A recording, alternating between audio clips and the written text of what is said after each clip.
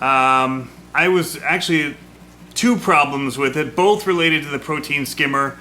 So I came home one day after work, I think it was Friday, maybe, and so there was no power. I came to turn on the lights here and feed the Oscar and the other fish here, but there was no power to the lights. So then I realized none of the filters are working.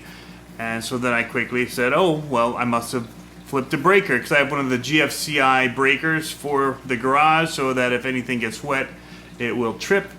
And so I started looking into that. I flipped the breaker, it popped again, so then I went and I turned off the power strip that I run all of this stuff on, and it kicked on. And so then I started unplugging things, and when I flipped the power strip on, it kicked again. And then I realized that the protein skimmer was overflowing and that there was some water, and it had actually run along this whole thing and dripped down, and it was actually tripping something else. So I problem solved that, got it up and running again, unplugging the outlet that had gotten a little bit wet, and letting that dry out with a fan and all this, and so got it back up and running. But immediately upon plugging it back in, the protein skimmer overflowed. So I emptied it. I took it, the little container, and I dumped it out. I plugged the protein skimmer in again, and it overflowed immediately. And I haven't had this issue with it before. So being new to the saltwater tanks and the protein skimmers, I didn't know what was wrong. It had always just worked since the time I plugged it in. I just adjusted how much flow it had and the level, and it worked great. So didn't know what was wrong with it. I took it apart after reading to see if salt or whatever was stuck in any of the tubes or inside of the actual pump.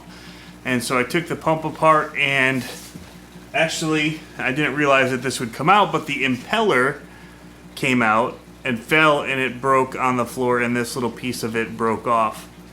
Now this little piece here is hard to find, so let me get the number off of this for you. It's the SICCE SK or SE200, so it's the SICK SE200. Anyway, getting a new impeller for this is like $30 or something on eBay, and it's just kind of like probably from people who have died or something. Just said that it may be used and may have some other, may not be perfectly new, doesn't have any packaging. So so that's what I'm looking at right now. It actually runs, and it was running. Here, let me just pop this off of here real quick. Flip the camera around.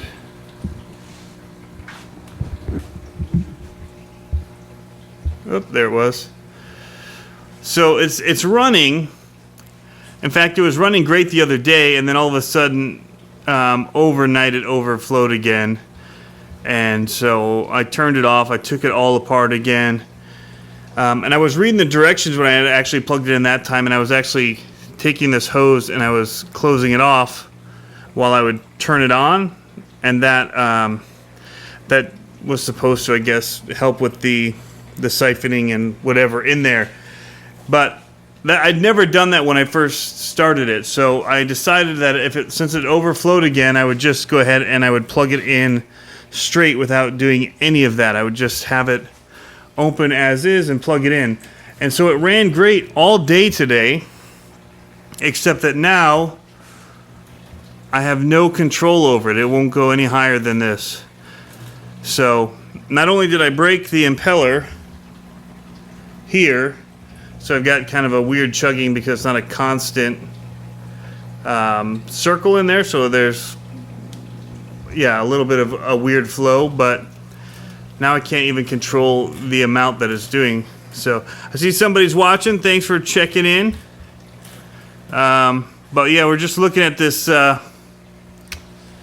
protein skimmer that I can't get up and running. So I'm either overflowing, or now I can't even get enough of this to actually skim anything off. So I've raised it up an inch, as it had said before, putting a board under here or PVC to lift it to reduce the amount. That didn't help. So I've lowered it back down. I had it running great for about 8 hours today, and then all of a sudden I'm not getting enough height at all with this. I can't quite get it to come up into the area where it would normally be running. So for the time being, I'm gonna have to just order. Of course, now I'm talking and it's actually going up. I tried to do this for hours earlier, and so we may be good. We still have the broken impeller that needs to be replaced.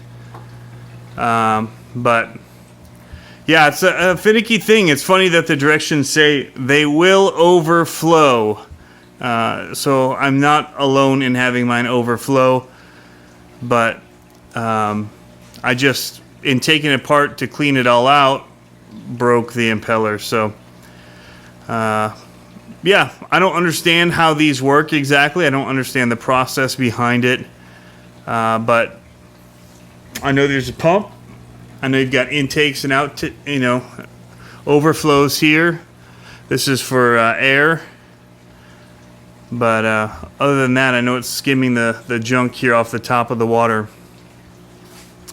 But I don't know if anybody has any tips or tricks or thoughts on what I can do with the impeller. Maybe, do you think this would glue back on and work all right? It's a pretty thin piece of plastic to try and do any glue work with. And then would the glue cause any type of issue like I'm having anyway, being weighted more on one side? So anyway, give me your thoughts. But that's really the first problem I've had to date with this tank. Everything else has kind of worked and it's run fine, other than doing water changes. The levels, everything seemed to be doing all right. I may just have to be more careful about how much I feed until the protein skimmer is up and working again, even though it does seem to be doing its job right now. Of course, roll the camera and it's working. But anyway, guys, Tony here, Creative Fish Studio. That's just an update. I'm going to do a couple of these live things every once in a while, just for things that I don't want to spend a whole lot of time editing to show something simple like this. But yeah, that's what I've got going on here in the tank. I definitely need to clean this. I've got a water change coming. But I've been working on the protein skimmer today and over the weekend. But I did stock up on water so that if I have to do more frequent changes because of the skimmer, I'd be prepared to do that.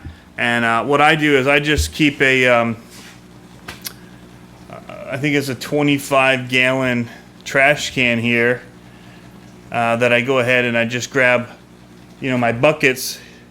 But I don't want to keep them stacked all over the place, so I buy them all in the buckets, transfer them to here, and then I can stack the other buckets and keep them kind of tucked up instead of being all over the floor. So that's just kind of my process for that. But I've got that up and running with the, or it's ready to run for doing some saltwater changes here.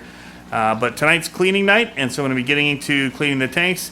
So I hope you guys are all having great success with your tanks and your fish right now, and we'll talk to you later.